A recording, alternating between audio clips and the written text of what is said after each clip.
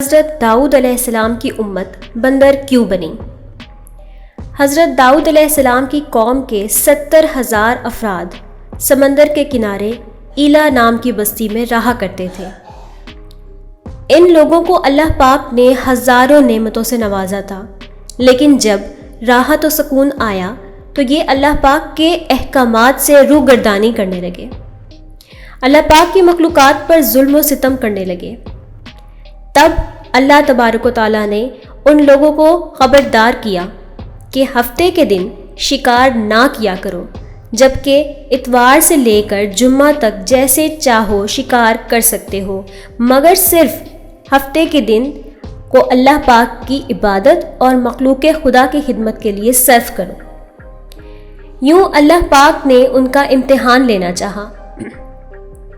یہ ان پر اللہ کی طرف سے آزمائش تھی۔ وہ اتوار سے لے کر جمعہ تک سمندر میں مچھلیاں پکڑنے لگتے تو زیادہ مچھلیاں ہاتھ نہ آتی، اور ہفتے کے دن تمام بڑی بڑی مچھلیاں سمندر کا رخ کرتی۔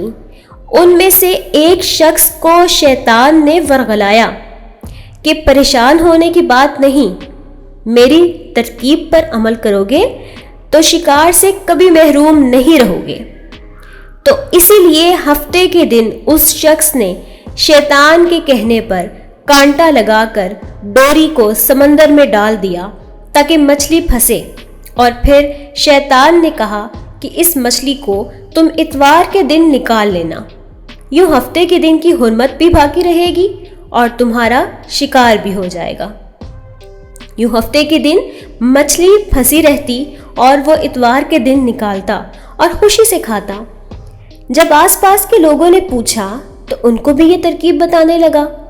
یوں اس قوم کے کچھ لوگ ہفتے کے دن مچھلی پکڑنے کے لیے جال پھینکتے، پھر اتوار کے دن نکالتے، جبکہ کچھ لوگوں نے تو سمندر میں سے نالیاں بنا کر چھوٹے چھوٹے تالاب بنا دیے تاکہ ہفتے کے دن مچھلیاں گزرتے ہوئے اس تالاب میں پھنس جائیں، اور ہم اتوار کو ان مچھلیوں کو نکال کر پکا کر کھائیں۔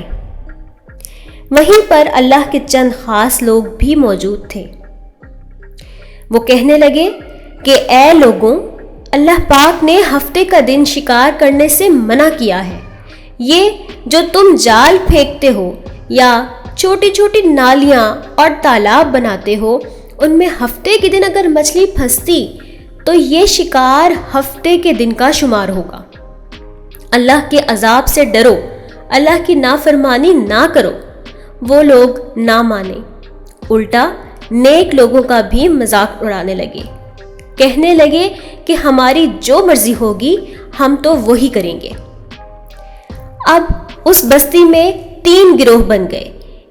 ایک وہ لوگ جو ان نافرمان لوگوں کی بار بار اصلاح کرتے، دوسرے وہ لوگ جو ان لوگوں سے نفرت کرتے اور خاموشی اختیار کیے ہوئے تھے، جبکہ تیسرے وہ جو گمراہ ہو گئے تھے، اللہ پاک کی نافرمانی کر رہے تھے۔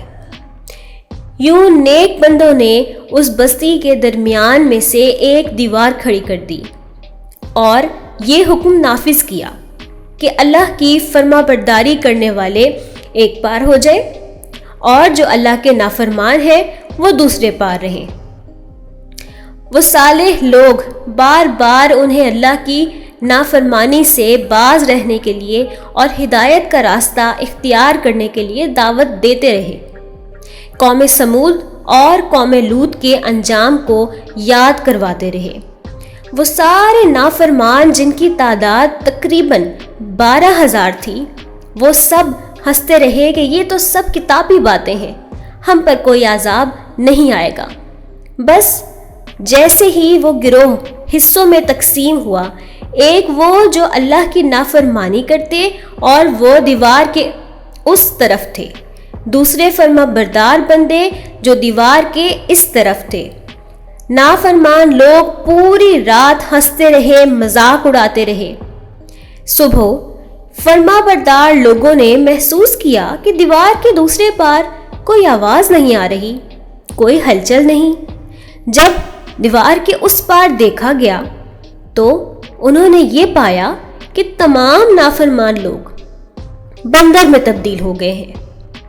صالح لوگوں نے ان بندروں کے کپڑوں سے اپنے رشتہ داروں کو پہچانا۔ وہ 12,000 لوگ کچھ بھی کھا پی نہیں سک رہے تھے۔ وہ اپنی حالت پر روتے رہے۔ یوں 3 دن بعد وہ اس عذاب میں گرفتار رہنے کے بعد واصل جہنم ہو گئے۔ بے شک اللہ کا عذاب آ کر رہتا ہے۔ اے اللہ، ہم سب کو اپنا فرما بردار بنا اور اپنے احکامات کو ماننے کی توفیق دے، آمین۔ دس از سحر کاشف اور آپ دیکھ رہے ہیں ایکسپلور وتھ سحر۔ ہماری آج کی ویڈیو اگر آپ کو پسند آئی ہو تو ہمیں